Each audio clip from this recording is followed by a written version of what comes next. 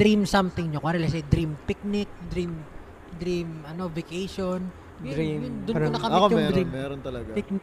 Oh, look at Stel and Pablo. 18. Grabe. Yung, alam niyo yung parang, alam niyo yung bench na, yung classic bench, di ba, may bench. Tapos may upuan na nakadugtong dun sa bench. Tapos yung nakasandal ka lang ganyan. Tapos may puno. Oh my God. Okay.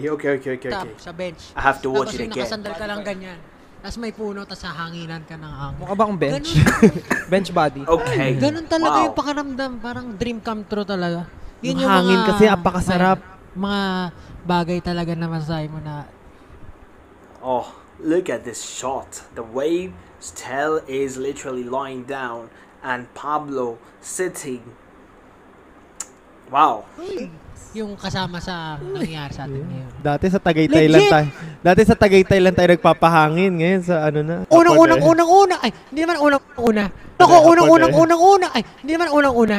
Nabilib kay Stel talaga. Nagulat ako. Nakipag-usap ng Japanese eh.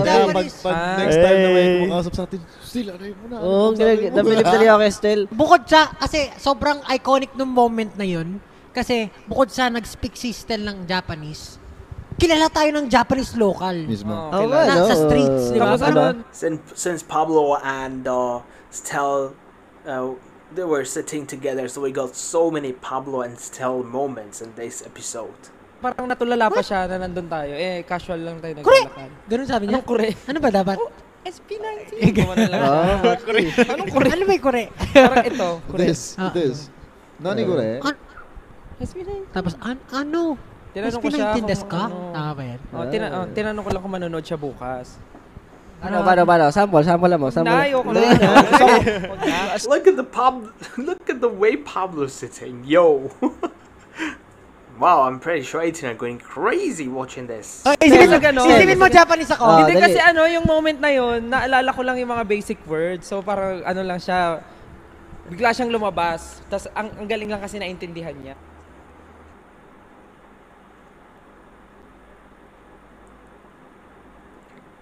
Oh. Wow. Yeah, Pablo just touched his leg like that.